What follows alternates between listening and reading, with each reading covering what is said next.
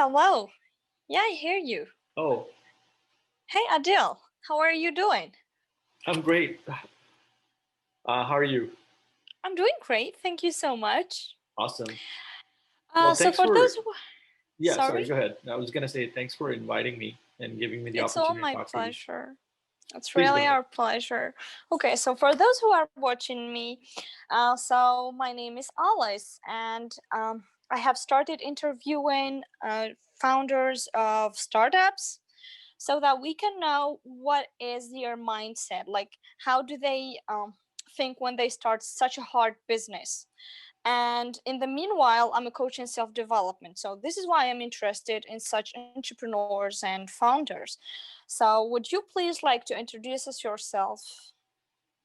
Oh, that sounds wonderful, Alice. And again, thanks for giving me the opportunity today. I'm really excited about this talk. It's our pleasure. I'm also big on mindset, um, and I'm a big believer in the growth mindset and an abundance mindset. So, yeah, I'm really looking forward to this conversation. Perfect. Yeah, so a little bit about me. I am a serial entrepreneur. So Mhm. working my way backwards, I've been starting companies back to back since 2014. I worked at Mhm. Amazon for about a year and a half. Uh, Nice. Other than that, I've worked in technology in the technology areas since I was a teenager, and I guess that's my history in a nutshell. Mhm. And I just kind of I just kind of go from one endeavor to the next. Um, if there's something there, I try to capitalize upon it. If there isn't, or if I'm not putting my 110%, I move to something else. So I Mhm. think I've always been super fascinated with mega projects and the prospect of making life interplanetary, which is a wider vision. Yeah. And so the most recent developments that I've started are there are two actually. One is Awake Aerospace. Mhm. The name is going to change, so we're just kind of working on figuring out the trademarks and whatnot. So the name is most Mhm. probably going to change. I don't have a website right now, but the endeavor, the mission statement for Awake Aerospace is to um, deliver on two projects. One is to start the terraforming process on Venus, and the other is to enable the constructs that are known as O'Neill colonies. So these are floating structures in orbit that can house anywhere from 1,000 to 10,000 people. So not just for Mhm. habitation, but maybe some scientific outposts, maybe agriculture, a variety of mining outposts. So that's Awake Aerospace. And my other, and like the other thing I would really love to see a lot of work in as well is called Awake Global Healthcare. And the mandate is actually really simple, is to provide quality, global, accessible healthcare services for all humans and also animals. So veterinarian, I can never say the word, veterinarian services. So I'd like to see a world where affordability does not equal access to healthcare. And I think Mhm. there's a way to do this in a capitalist sense. So, uh, that's the two things I'm working on right now. Amazing. So definitely in the big audacious category. So to begin with, why did you choose these areas? Yeah, that's a great question. The why really matters. Going back to Simon Sinek, and I believe, like going back to the mindset, actually, um, I mentioned I am a believer in the abundance. Abundance is a book written by Dr. Peter Diamandis. Mhm. Sorry, just putting my keys away. And I've been really influenced by Peter's thinking, and I read the book. I did the research. So to me, it definitely seems like we're on the path towards material abundance. Mhm. And I believe that it's not something that's going to happen by itself. We'll have to take actions in order to be able to continue developing on top of the work that has already been done. So Yeah. that's a big driver for me because I think that's going to help open up a lot of opportunity for all humans in a sustainable sense. Sustainability is key, not just as a buzzword because it's such an interdynamic system. So we don't want to enable abundance and not take care of our ecology. So there has to be a fine balance. But I guess in addition to that, I think going to space is also going to foster global cooperation. And Abs- healthcare is one of the areas whereby I see very few people, if any. I'd be surprised if somebody actually is resistant to the idea of enabling a global healthcare system. However, it's going to emerge. So yeah, in a nutshell, like spread the fruits of abundance and enable a better living condition. At least have some kind of a platform whereby better living conditions exist for a lot of people. I'm also personally very interested in this space. So, like I said, going to space has been a big dream for me, and it's a big universe out there, and we should go out and explore what's out there. Interesting. All right. So for those watching, what does it mean by terraforming? Yeah, that's another great question. So, I guess the classical dictionary definition is taking the steps to be able to change um, the environment of a planet so that it starts looking more like Earth. Like that is our definition as humans. So we have a specific kind of a atmosphere, specific distance from the sun, which enables a specific kind of atmosphere, like specific temperatures and living conditions for us as humans. Sure. Um, so yeah, it's basically again taken step by step. Like it's a structured process to change the atmosphere, maybe topology and other variables on a planet. Definitely in the mega engineering category. It depends how you look at it. Okay. And we have the technological ability in order to be able to do this today. Yeah, so that's another good question. I don't think we are at a capacity to be able to terraform other planets today, but I think the building blocks are there. And these Mhm. building blocks have been there for many decades, not just the past 5, 10, 15 years. So Okay. we have seen, I think there's a two-part answer to this. So the thing that drives prosperity is basic research. So when we say scientific advancement, a lot of it is driven by basic research, which is the work of thousands, if not millions, of researchers across the board in many different disciplines across science. And Sure. so, in addition to that, we also have seen breakthroughs in a particular set of verticals. And those verticals, in my opinion, include domains like material science, genetics, synthetic biology, which is really like the two sides of a coin, synthetic biology and genetics. Mhm. Um, Computer science in general, like pretty much since the 40s, since the beginning of the modern day of computing with Alan Turing and Konrad Zuse. And I think also things like, I think I'm not super like, I need to educate myself more on nanotechnology, but I'm hoping that we're going to get breakthroughs whereby we're going to be able to implement safe nanotechnology, something that doesn't just work, but it's actually safe for us to use, which I think is going to be a very important and pivotal breakthrough. So yeah, in a nutshell, we don't have the technological capability today, but I see us taking the first steps to be able to, if we keep putting in the work, then I Okay. can see good things coming out of it on a 15 to 18-year time span.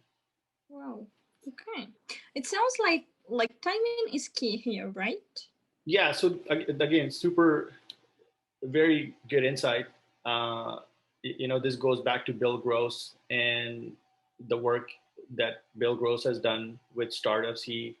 Bill Gross has studied thousands of startups, and that's like one of the key findings. I think he's even got a TED talk on this topic. And yeah, I see this over and over again as an entrepreneur. The folks who launch Siri, they timed the release of Siri to something in the future. They anticipated what the uh, pattern, like the trends, how they're going to manifest. So they plotted it, and they literally timed the release of Siri. Steve Jobs knew that the 90s was not a good time to release the iPad, even though he had the idea at that time. I think he Yeah. waited like 15 years or 20 years to release the iPad because the technology was not ready and he knew it was going to be too bulky for people to carry around. So, these are just two examples, but timing is really key for any endeavor. Um, whether it's a mega engineering project or even somebody working on an app, which I'm not comparing the two, but I'm just saying timing is really key. Okay, so taking a step back, both of these activities sound like they are mega engineering projects. Yeah, it's definitely a different scale. And but the change is going to happen in like more organic manner. So it's going to be the collective actions of many individuals uh, that will get us to like specific outcomes. Okay, so can you please elaborate? Yeah. So basically, I don't think like the vision of making life interplanetary. This is going to again come about by the collective actions of many teams, and I believe first of all there was like going back in history, there were the Apollo missions. So when President Kennedy announced that they were going to put like a person on the moon, nobody had any idea how they were going to do it. Like there was some work that Werner von Braun was doing, and there was some work in propulsion in general. But you know, the life support systems were not there, the navigation systems were not there, computers were not as advanced. Uh, I guess to cut to the chase, it took collective action on part of a lot of people. Thousands of people, if not tens of thousands, were employed to complete that mission. And I think the same is going to happen to continue to make life interplanetary now.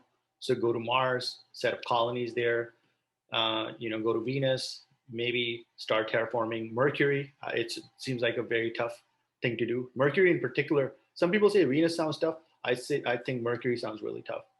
And to build the asteroid defense systems, solar shields against potential solar storms. So this is not going to be the domain of one company, one country even. So it's going to be the collective actions of a lot of people. And that's what I really mean. It's going to be different loops kind of working together. Is there an example that you can share for a few or? Yeah. So obviously I guess the most of the work that is happening in the domain of opening up outer space is being tackled in the past 10, 15 years, has been tackled by the private industry. So I would say in addition to the two companies we hear about the most, Blue Origin and SpaceX, there are actually hundreds of companies actively working in this area. But what I mean is that I sense that this is just going to blossom from this point onwards, and there's going to be thousands of companies operating in this space. Now to actually answer your question, it's hard to say what set of actual solutions are going to be developed in order to be able to bring this vision to fruition or to existence. Okay. But however it's going to happen, it has to be something that's organic, and organic in the sense that like there's the platforms are enabled so that many smart people can come and contribute and be a part of this endeavor. And yeah, I think the best parallel is probably the enablement of the internet.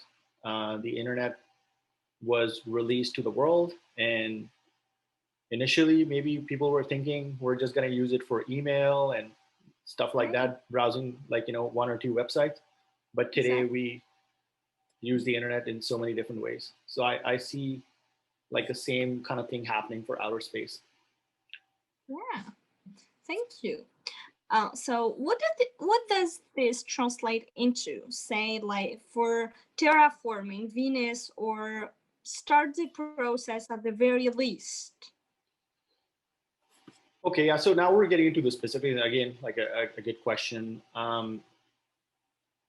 It's hard, like, so I guess the answer is this is contingent on what kind of technological breakthroughs happen between now and the next, say, 8 to 10 years, and the actual set of solutions that are going to be developed will be contingent on what set of technologies are best suited for solving the problems at hand. So since you asked about Venus, um, we have to ask the fundamental questions. Why do we want to terraform Venus? What benefit will that get us? Do we want to grow food there? Do we want to offload our, say, 50% of all of our agricultural um, production there, eventually? Do we want to use it for mining? Do we want to do want to put industry there? I personally don't want to see the industries being set up on other planets, so we'll put that aside for a second. But say like there's like 10 major problems that stand in the way of getting to a particular vision, right? Like growing the first plant there or first tree, whether it's floating or on the surface. Um,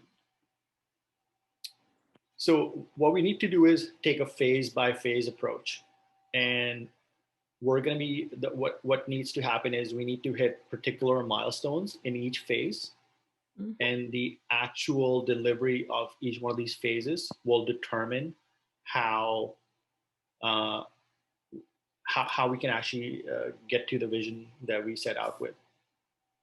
All Now, right. so and I think the strategy will change based on what we want to do. Like if we want to make Venus just like Earth, we may want to make it spin a little bit faster, um, Okay.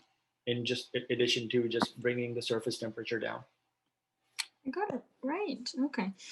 But what will these units do?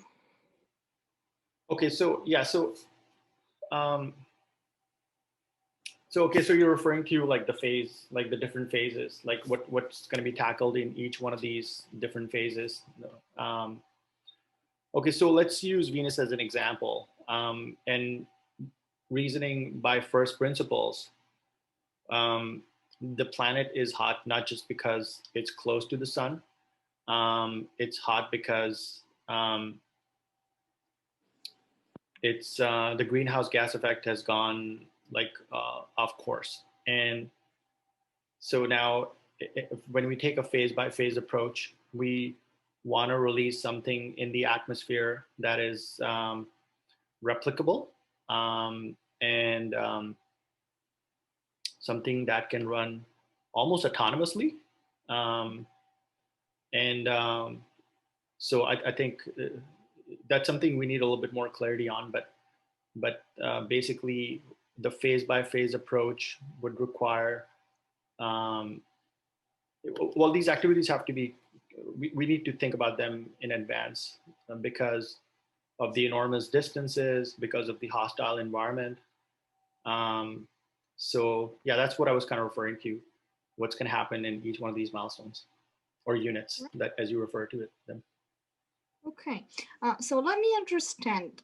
You mean that a construct that has the ability to self-replicate and run autonomously, these constructs will produce something that will help with sequestering the CO2 on Venus. Right. So yeah, the carbon, the higher concentration of carbon is one of the bigger problems that stand in the way of at least bringing the surface temperature down on Venus. There are other problems like the rotation aspect, the lack of a magnetosphere, the sulfuric acid. Um, but yeah, you're right. Whatever's like, so focusing on just the temperature bit, if we're trying to bring the temperature down because of the greenhouse gas, whatever set of solutions we release would have to be um, self-replicable, Okay. and they would have to run autonomously because we can't send a technician down there to fix something if it breaks. Exactly. Okay. But isn't the surface temperature on Venus hot enough to melt lead? Yeah, lead. Yeah, yeah, it's pretty hot. So on the surface, we're looking at depends where you take the measurements, Mm-hmm. because a big planet. So if you take it closer to the poles, the temperature may be a little bit lower. Depends if it's facing away from the sun or towards the sun, because Venus has a really slow rotation because the Earth spins on its axis Okay. like every 24 hours. For Venus, it's hundreds of days. I think it's 243 days if I remember correctly. So Okay. yeah, depends where you take the measurements, but like on average, again, depends on the source and what I shared. But yeah, it's pretty hot. So it's hot enough to melt most metals, including steel, on the surface. But the interesting part is I don't have the diagram. I can't show the diagram because my background is showing right now. But if you Oh, go up in the stratosphere, then the uh-huh. temperature starts falling rapidly. And 55 kilometers up, the temperature is 27 degrees Celsius. Okay, interesting. Oh, this is really interesting. But what is the end goal here? Yeah, so I once read, I think it was on BBC's website, that so we have different standards of living on this planet. So you and I enjoy a kind of like a westernized modern standard of living. We have a lot more energy at our disposal and a lot more resources. We have clean water, Right? and there's so many means of production bringing all these things in our surroundings, like cars, automobiles, furniture, what have you. Now, if Okay. everyone lived according to this standard on Earth, we would need at least 4 more Earths. Yeah, of So that course. is the general calculation, right? So now if you take, so there's a carbon element to this as well. So like if you take the Maasai warrior from Kenya, Mm-hmm. their carbon footprint is close to nothing because they're totally living off the land, and they have just some cows and some livestock. So there's a huge difference between our standard of living and somebody like the Maasai warrior. Their carbon footprint is super low, but it's more than just the carbon footprint. I guess eventually everything comes down to the carbon footprint. But yeah, so like I guess in a nutshell, going back to that statistic that stuck with me, it will require many Earths for us to um, be able to provide for the products and services for a lot of people. So I think the way I think about this is on the something called the Kardashian scale. So this was I don't know the name of the person who came up with this model, but somebody from Russia. There's a physicist, I believe, from Russia who came up with this model. And so they categorize civilizations on this Kardashian scale, which starts with 0 and goes up to 3. And I can talk a little bit more about the Kardashian scale, which Okay. okay. So, what is the Kardashev scale and why it is important for us to become a type 2 civilization? Like, this is what I heard Yeah. according to your sources. Yeah, Um, yeah. We touched base on it before the call, and yeah, I just didn't make the clean segue. But so thank you for that. So okay. yeah, so like I was saying, the Kardashian scale is the model. The standard definition from Wikipedia is it's the civilization's technological ability based on the amount of energy that the civilization is able to use. So it's a pretty like simplistic kind of model. I think there has to be an ecology angle to it. Personally, there's a couple of physicists that even talk about this today. Like you would hear Dr. Michio Kaku talk a fair bit about this in his conversations and others. But right now, you can think of us as a type 0 civilization. And a type 0 civilization is like us using fossil fuels. And so a type 1 civilization would be able to harness all the energy falling on its planet, like all the sun, including the energy resources within the planet. So like say geothermal or something else. So Okay. that would be like a type two is on a solar system wide scale. So they're able to harness all the energy from the sun, not just Okay. on their planet.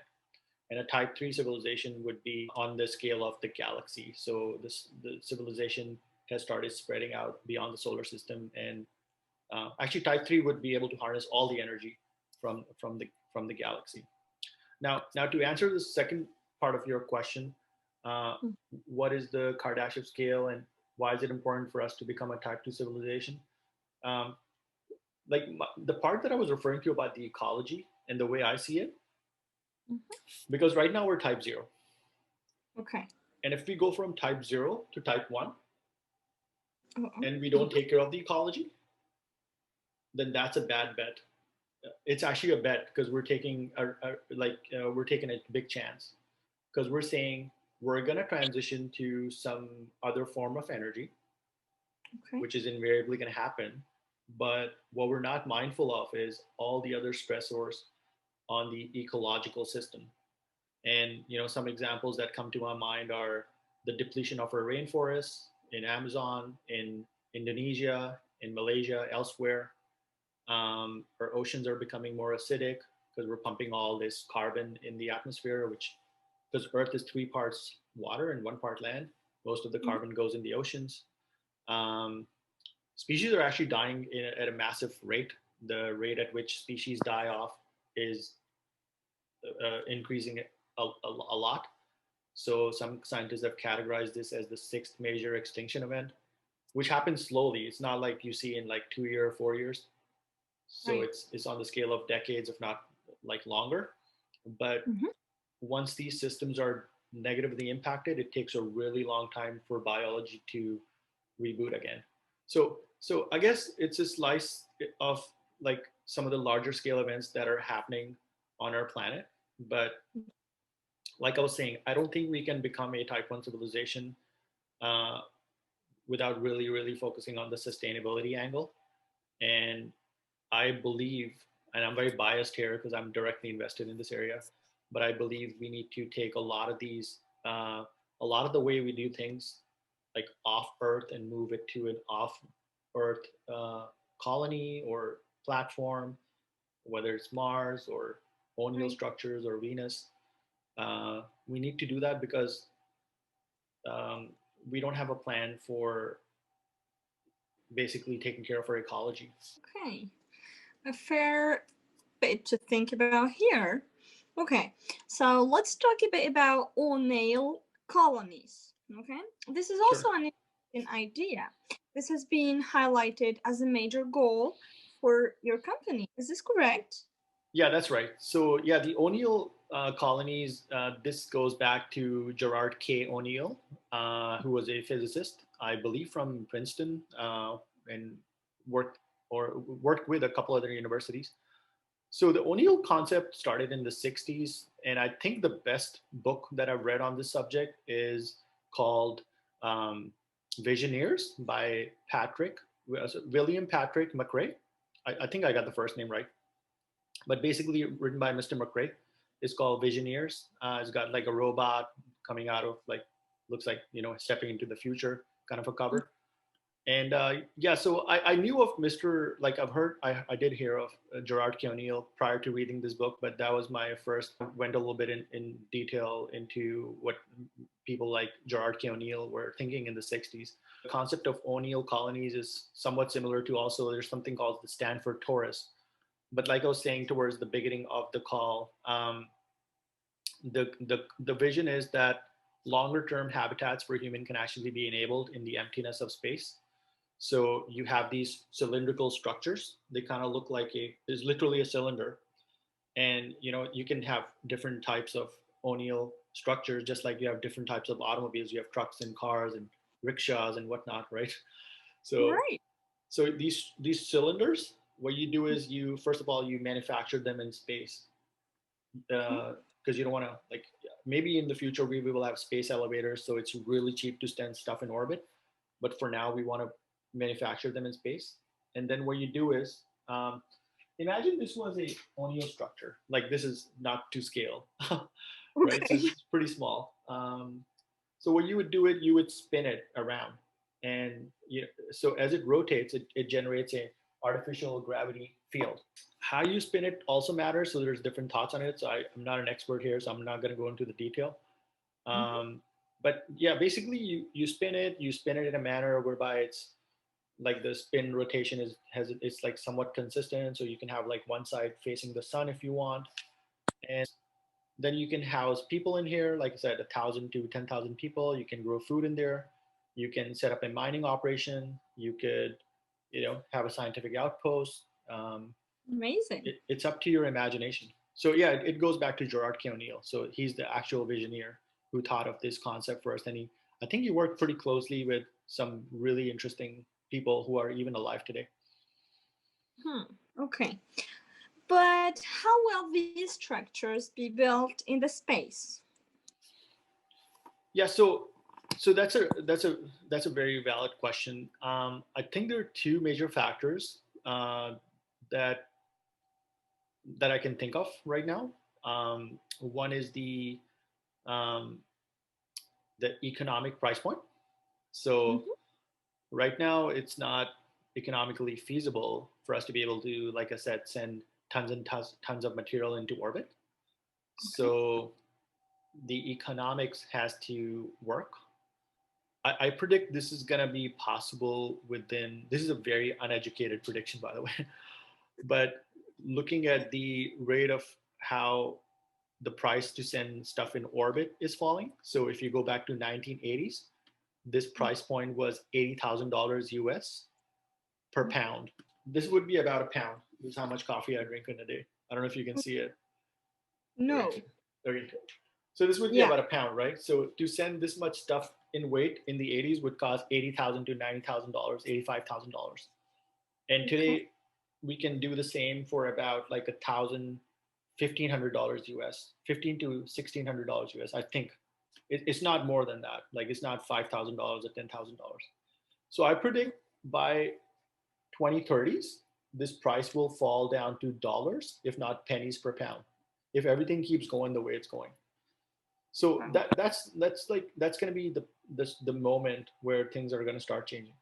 Now, to build mega structures like this, we probably want to use resources that are already in space. So we want to use resources on the moon, Earth's moon, on Mars, stuff in the asteroids. So that's why the economics really matters. And this is called in situ. I can never say the word INSITU, in situ or in Institute. situ. So that's one aspect. The other aspect to this is I think to be able to enable the vision of O'Neill colonies, which is your question, I think we're going to need successive breakthroughs in the domain of material science. So, um, Sure. I haven't mapped this technology, but um, we just got to keep investing in the basic research side of things to be able to, and kind of like, not hopefully, but like we want to just keep investing in the domains that will get us the kind of breakthrough that we're looking for. So, in a nutshell, the economic price point, and then further gains in material science in order to be able to power something like this. Because I don't think you will fabricate O'Neill structures by welding stuff together in orbit or somewhere Sure. out there. Like, we're not going to send welders to weld stuff. Like, they will fix stuff maybe. I think it's going to be mostly robots. So people are going to be operating robots that will be doing most of the work. But Okay. yeah, so these are the 2 points. So Great. materials also touch like materials and kind of like slash safe nanotechnology. That's I kind of lump them both together. Okay, thank you so much. But I wonder, like, there may be people who don't really understand what is nanotechnology. So, can you give us a definition of it, Yeah, please? so I'm not an expert at any one of these areas, but nanotechnology is the manipulation of constructs on the, like, so we're talking different scales. So like we're talking outer space, so that's a different scale. You Okay. can actually map it mathematically, right? Now Mm-hmm. then a galactic scale would be another level, and then the universe would be another level. But if you Sure. like Richard Feynman used to say, there's plenty of space at the bottom. So uh, those are different scales. These are just different scales. It's not like big or small or vast or narrow. They're just different scales. So nanotechnology refers to manipulation of material or information on the nanoscale, which is the scale of atoms and molecules. It's the simplest definition.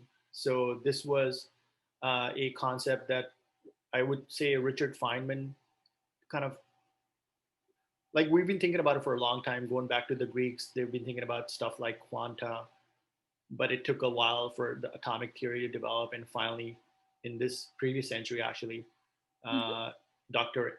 Eric K. Drexler was the Yeah. first person to actually start thinking of nanotechnology in a functional sense. And he faced a fair bit of resistance when he did that. Mm-hmm. But today in the labs, we are seeing interesting breakthroughs in this domain. So, like I said, I'm not an expert in this area, but I and I'm hoping that as we keep making these investments, we will see the kind of results that we would like. Now, the safety aspect is very important. And to your question, um, safe nanotechnology to me would mean that we can actually make use of nanotechnology in a way that would allow us to minimize the risks and maximize the rewards. So Okay. we would have to, because it's a different scale, it's a technology that we've never created before.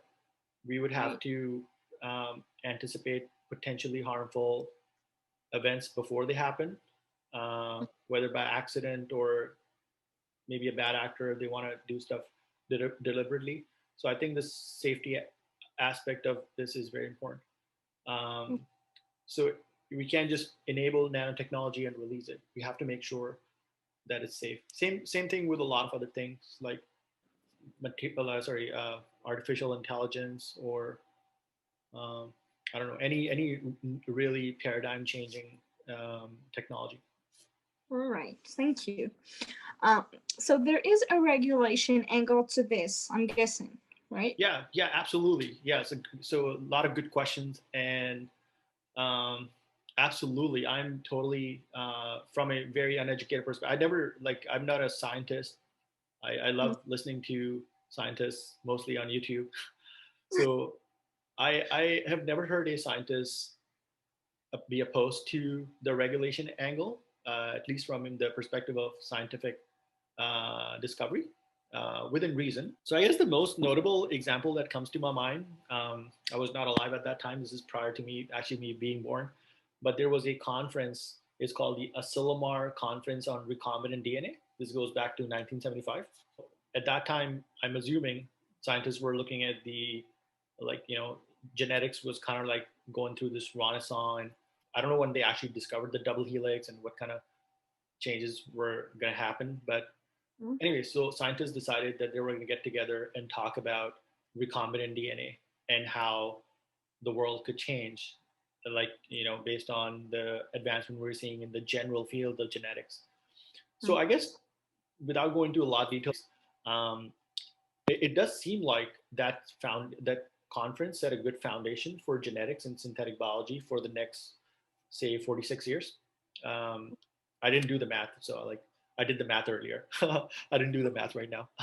So, but yeah, it set the foundation right for the general area, and I think it was due to the global cooperation of scientists from all the different parts of the world that we have safe and effective technologies in this space. Mostly in the domain of it's been mostly in the domain of healthcare and maybe some agricultural products. Um, Okay. so what I'm thinking is that we probably need a Silomar conference on safe nanotechnology for wider scale use in the near future.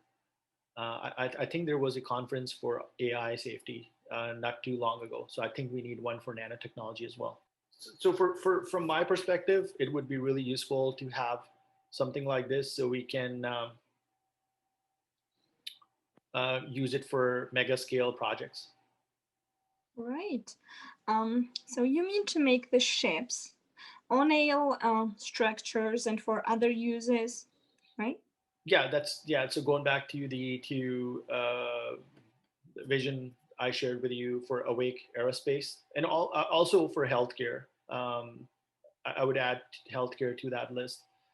But yeah, I think safe molecular engineering would really help us in enabling mega structures. But they would also help us with things like um, maybe we won't have to go for chemotherapy as much because we could precisely cut the blood supply going to cancer tumors. Maybe we could patch up wounds much more easily. Um, maybe we could regenerate portions of the organs using some synthetic combination, like synthetic material and biological material.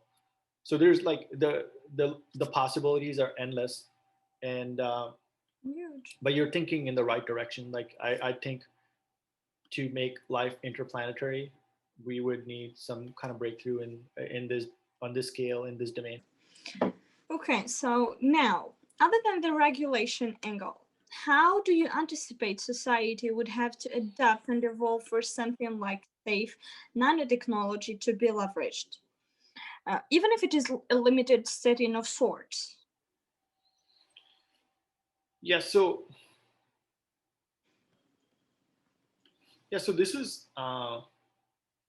one of the most crucial questions So, like I've shared with some examples, on one hand, the development of some of these technologies can usher in a world of radical abundance and really help improve human life and the quality of life and help alleviate a lot of the suffering that exists in the world today.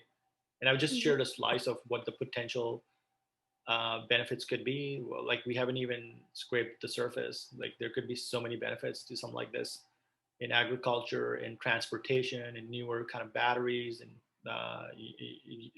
like the list goes on and on and on. Like lighter materials that are much more stronger, like that kind of brings down our energy expenditure by some substantial factor. So there's so many benefits to something like this on one hand. On the other hand, I think there are concerns uh, um, from the perspective of the potential impact to the environment in general and the ecology. And I think those concerns are valid, and that's why I think the regulation angle is so important. So I don't think I'm not a pro or anti-regular. Like I said earlier on, I don't think there's anyone. I haven't heard a lot of scientists being opposed to the regulation angle within reason, right? So it depends how you implement that structure. And I'm coming at it from a very uneducated perspective, so I can't talk about this a lot. But I think it just helps to engage the right kind of people from the domains of government in terms of nimble policy making, so that everyone's in the loop, and in engaging the government helps engage uh, indirectly engage the folks from the military.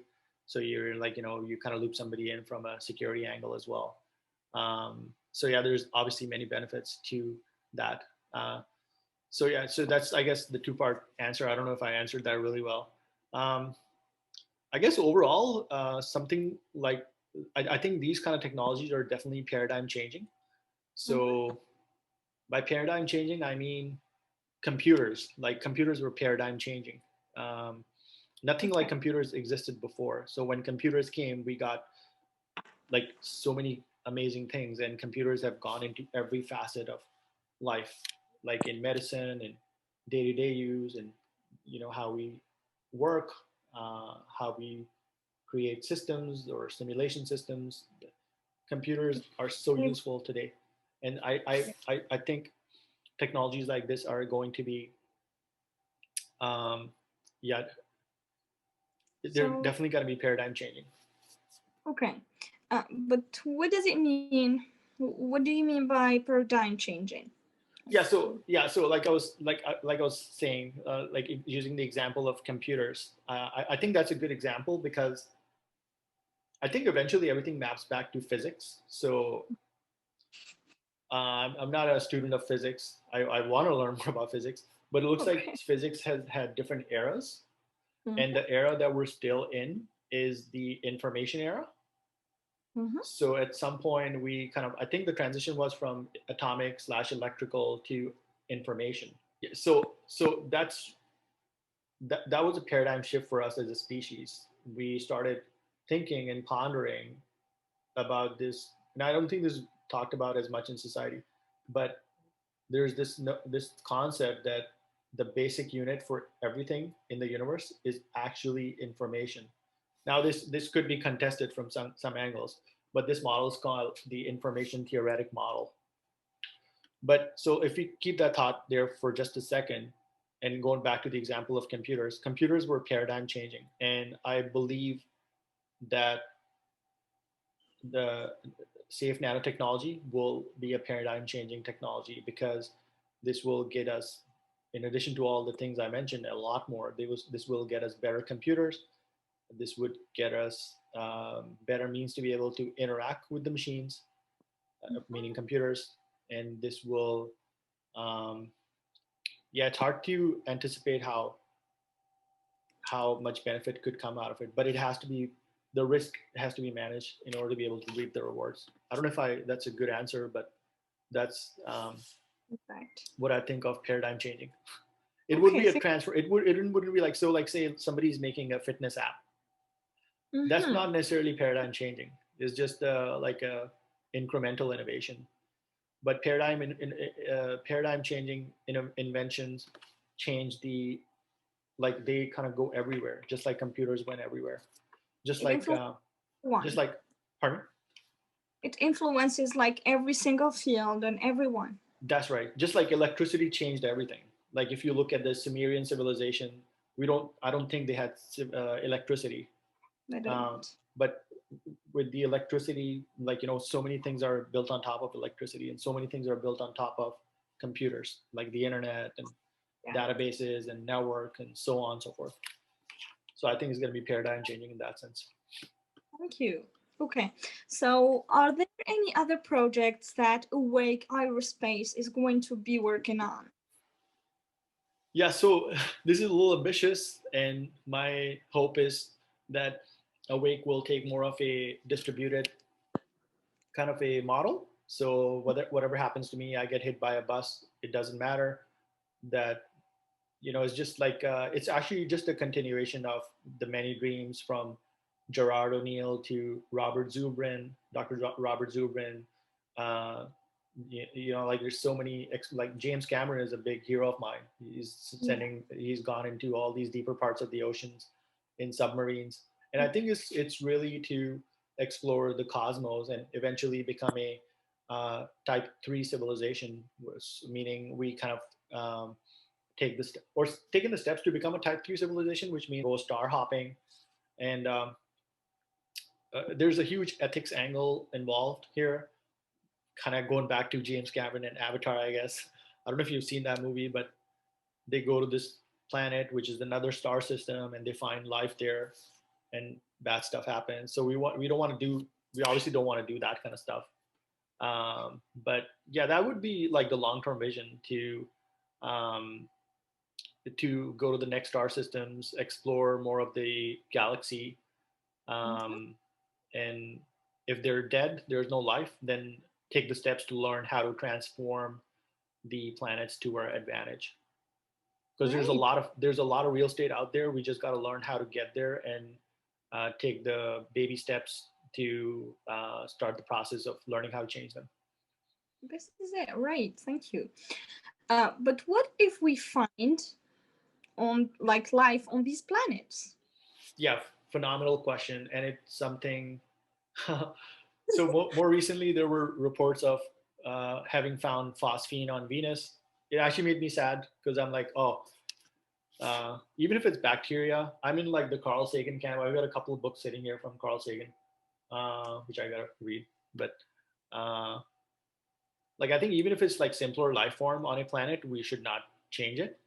We should Mm. actually be very careful of what kind of things we send on that planet, because it could disrupt the hygiene of that planet. Because these are very, like, I am a believer in the theory of evolution. I think it's a fact now. But like, I'm not going to discuss that here. But, or in general, I don't really have. We'll put that aside for now. I Right. think there may be life on other planets at the same scale, whereby life was kind of like on Earth, roughly about 4 billion years ago, something like that, maybe a little longer. Mhm. And yeah, so depends what you mean by life. Even if it's bacteria, I don't think we should. Well, depends. Like, there's a panspermia angle to this. Panspermia is the theory that life is seeded from rock to rock, planet to planet, planetary body to planetary body, by just like through asteroids or comets or whatnot. Mhm. But yeah, definitely, if you're finding like octopuses on Europa or like some kind of intelligent life, I think it should be a big no-no. There should be some kind of a treaty there saying, if life has been found, you should not disrupt that environment. And I Absolutely. think the ethical imperative would be to create O'Neill structures. And I could anticipate, at least in theory, a time whereby O'Neill structures are so advanced that we can't even tell that we're living on O'Neill structures. They would be just like living here on Earth. Right. Okay. Um, but what kind of precautions would we have to consider, like before we send humans to another planet and or a human-made structure like O'Neill colony? Yeah, that's a great question. So my short answer here is we have to de-risk the situation before we think about, like, So this is based on the supposition that the future is going to be kind of like what the present is right now. Like if you look at the Star Trek kind of universe, they are beaming their patterns up and down. So I don't know if when we're going to get to that reality, and what kind of life form should that be categorized as. But like that's more of a, like I just put that aside for now.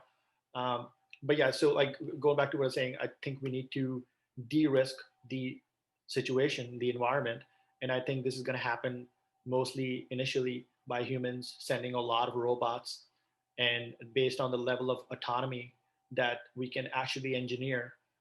For now, a lot of the robots are going to be remotely operated, so and technicians are going to be putting on VR headset. They're going to be wearing haptic gear and operating these robots remotely. So it's actually going to help create a lot of jobs if that's what we want.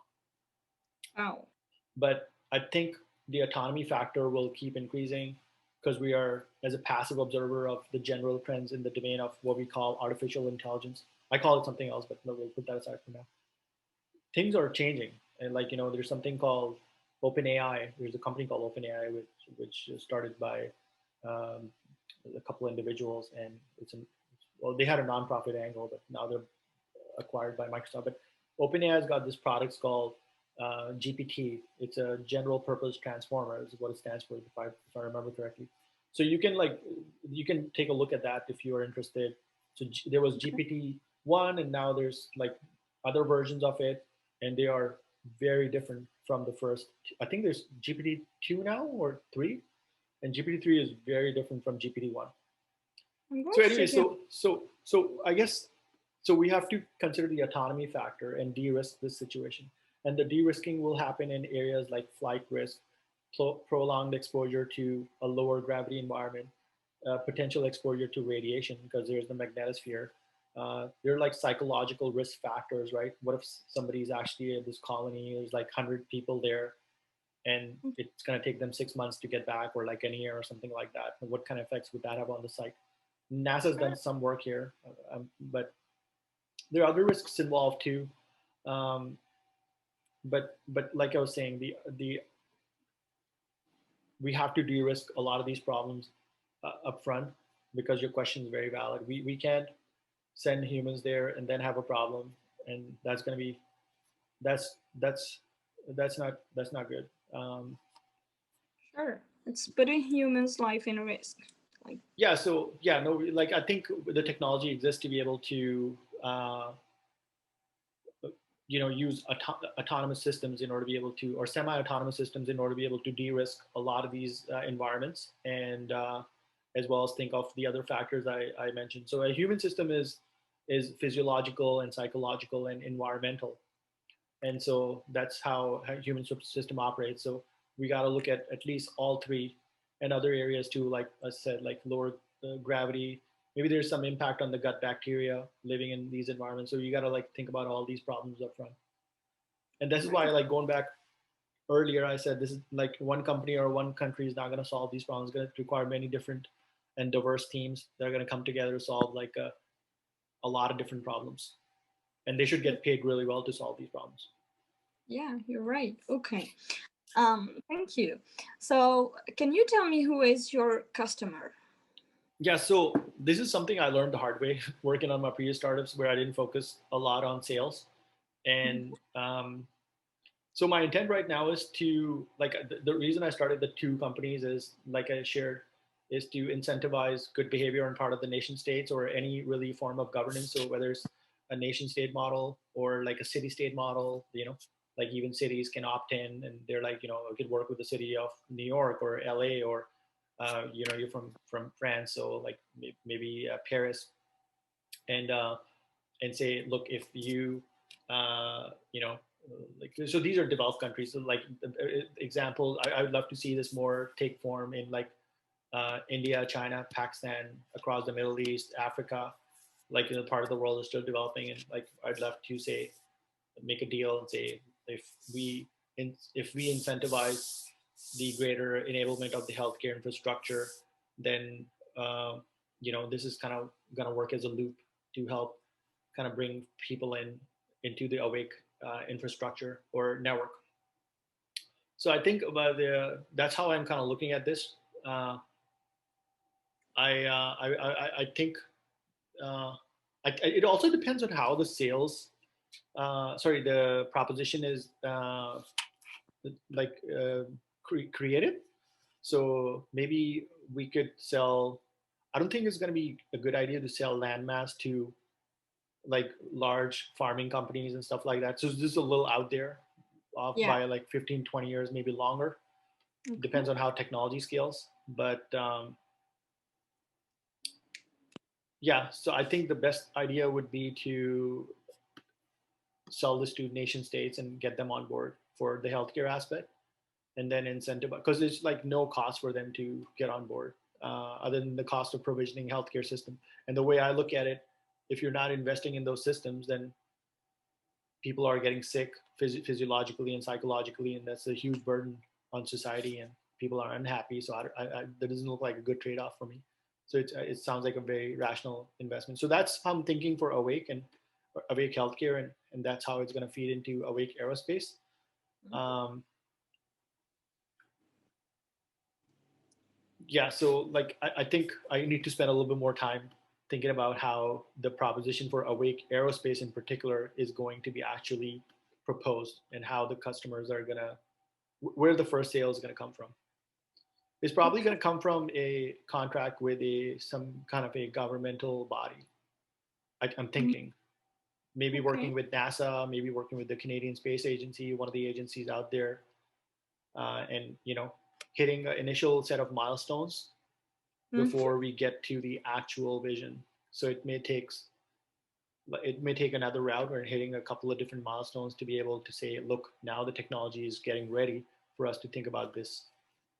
Sure. Yeah. So I wish you good luck with that. Oh, thank you. So what do you need assistance with? I'm sorry. Oh, no worries. Yeah, like I was saying, developing sales cycles or sales engines, get to a basic product or service that the company can sell as efficiently as possible. Um, by efficiently, I mean like the company is in a position to be able to generate revenue and Mm, prove some kind of that there is a problem, and solve those set of problems in order to be able to get the engines going. So yeah, any help on that front. I don't know who's going to be watching this in the future, but they could be from NASA, they could be from a private company, they could be working as a policymaker, they could be an engineer. If they mm, have some ideas on how Awake can uh, solve a preliminary set of problems and do them really well in order to be able to enable this long-term vision, I would really appreciate that. So right now I'm just looking for conversations with uh, people in the industry, and just to be able to understand what sort of problems exist right now. So that's my step towards kind of developing a sales. I think I don't know who said this. They said a good salesperson is an honest salesperson, and I think that's really true. And I think the thing I love the most about living in the free part of the world is the free market is focused on, like, the whole notion of free market economy runs on the fact that a lot of people are motivated to solve the problems of others. And okay. so yeah, just conversations and help, like that translates into developing good sales. Then I wish you would get that then. Oh, thank you. You're welcome. So are you hiring for the moment? Yeah, so I'm not in a capacity to be able to hire on a full-time basis. So what I've been doing is contracting out a lot of the work out. So uh, that's been my strategy to date. And the hope is to raise a small amount of money so I can continue to grow the team, get an initial set of engineers on board, and like I said, develop a sales structure. Okay. Are you also big in self-development Yeah, so this goes back to how we, sorry. and personal growth? Yeah, so this goes back to our very first set of the very first I guess question. Yeah, absolutely, I lead a really quantified life, Mhm. and I measure, um, yeah, I measure everything in spreadsheets. That's what quantified um, personal development means. Okay. So how is that useful? Yeah, so I read this blog post by an entrepreneur called Sammy Inkinen on this topic, and uh, I guess to cut to the chase, that really was very inspiring, and it was one of the shifts I made in my life, which gave me a lot of um, I, the return on investment was exponential, because you if I'm eating healthy, that will put my life on a different trajectory, and if I'm taking care of the basics, and so it was kind of like that, and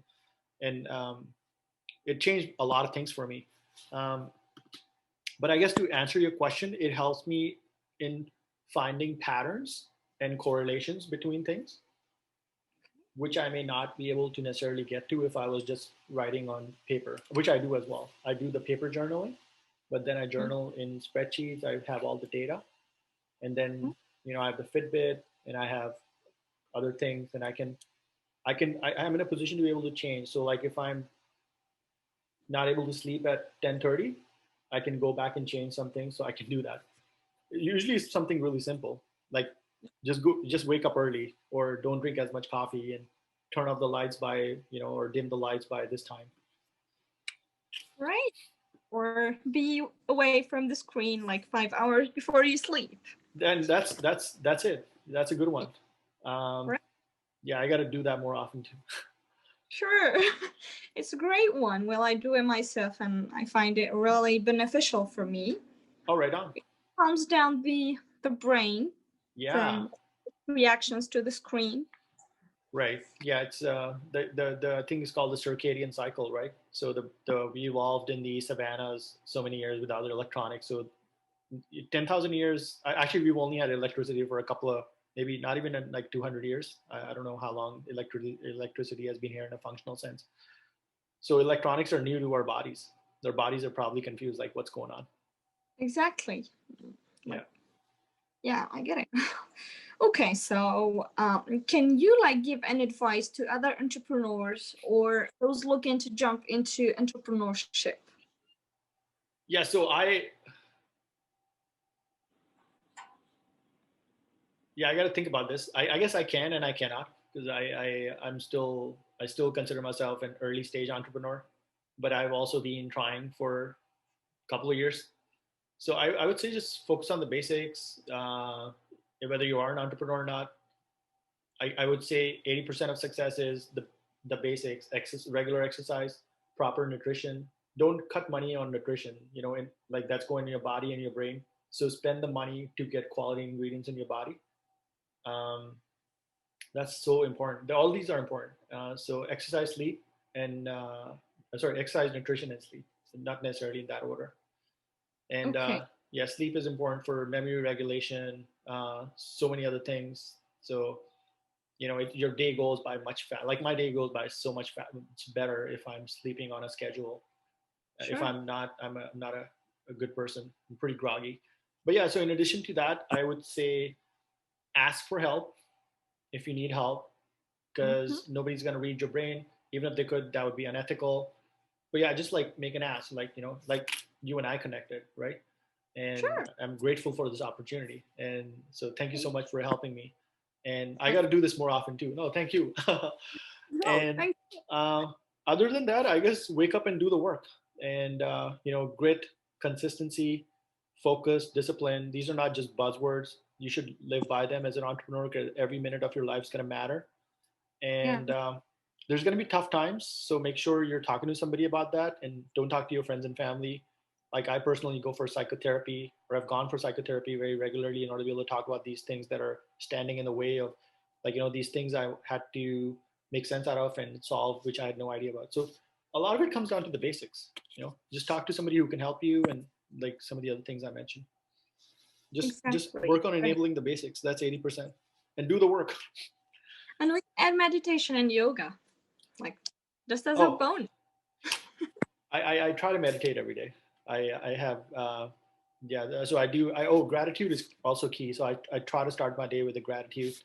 So I have a gratitude journal, and So yeah, gratitude is really important. It helps rewire the positive neuroplasticity and You have and and, mine too. and meditation and yoga. Sorry. Oh wow. Okay. Mine Where's, too. Let me show it to you. Maybe you're going to be. I got it on Amazon, oh nice. I like the light blue which color. is I would say quite like it's a mindful journal, Oh and wow. it Okay. helps me a lot in keeping track of my days. And well, okay. So can you tell me about like some of your favorite books? Oh yeah. Sure. Yeah. I guess in random order, um, How to Win Friends and Influence People by Dale Carnegie. Absolute Mhm. best book, like written 80 years ago, 90 years ago in the 30s. And it's the best $1 investment anyone can make. I highly, highly recommend that. I learned a lot from that book because, yeah, like I think I'm a type A player. I'm not sure. I'm not sure about my personality type, but yeah, that I learned a lot from that book. Mindset by Carol Dweck. So Dweck talks a fair bit about growth mindset, which has been her life's work, and phenomenal book based on many years, if not decades, worth of research.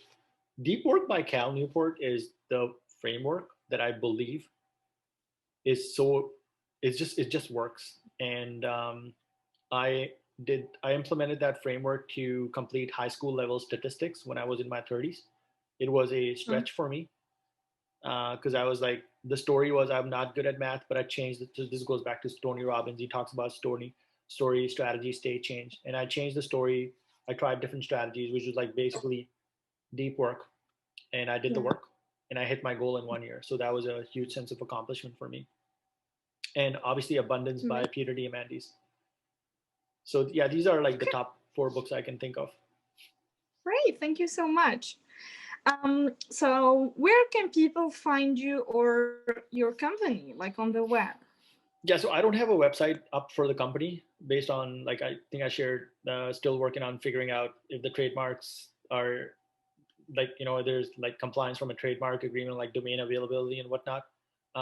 So working on the website right now. I have a blog on GitHub, so it's at stellardreams.github.io. I can put the link in the description. And I'm the only social media I use actively is LinkedIn, so I probably check it every 2 days. So that would be the best way to find me right now. Or like if you can Google my name and Okay, amazing, find my great, email. thank you. Perfect. So it was great talking to you, Adele Khan. And I wish you much success with these two endeavors, and I wish you the best of the best. I'm sure that you will succeed, and you can do amazing things as Oh, I got the gist of what you're saying. There was some static on the line. Yeah, thank you so much for this opportunity. I make these videos on the YouTube, and mostly it's just like brain kind of like thought patterns said out loud. But it was really awesome talking to you, and you know, I maybe we can do another one of these in a couple of weeks, months. why not? Yeah, it will be really great, and it will be my pleasure. Right. I So really enjoyed talking to you too, and as I said, like you didn't hear it, I told you that I'm sure that you're going to succeed and you're going to reach so many amazing things with your mindset. You just have to give the good work up. Like yeah, keep just it up. gotta yeah, consistency is really key. I agree. And there's a lot of like entrepreneurship is like this. Yeah. So No, we all tend to go like through hard times, tough times, as you said it. But the most important thing is to keep doing it, even if there are setbacks. Because if it was easy, everyone would do it. This is what Les Brown says. oh, okay. Yeah. I yeah, I think I know Les Brown. He's a great one. He's the hungry guy. Are you hungry? That the guy? Yeah, Yeah, yeah, okay. great. Yeah. No, yeah, he's an interesting fellow for sure. I think he works closely with Tony. I'm not big on any one of these like Tony or Les Brown, but some of the stuff they say is like it's right on the money. And yeah, like so. Yeah, no. Thanks so much. I want to learn more about you too and your offer. So uh, Thank you. on the next call you can talk more. Why not? I will be pleased to. Okay. Thank you so much. I Thank you. really enjoyed this interview with you, and I wish you the best of luck. Oh, thanks so much, Alice. It's yeah, it was great. Let's do it again. Yeah, sure.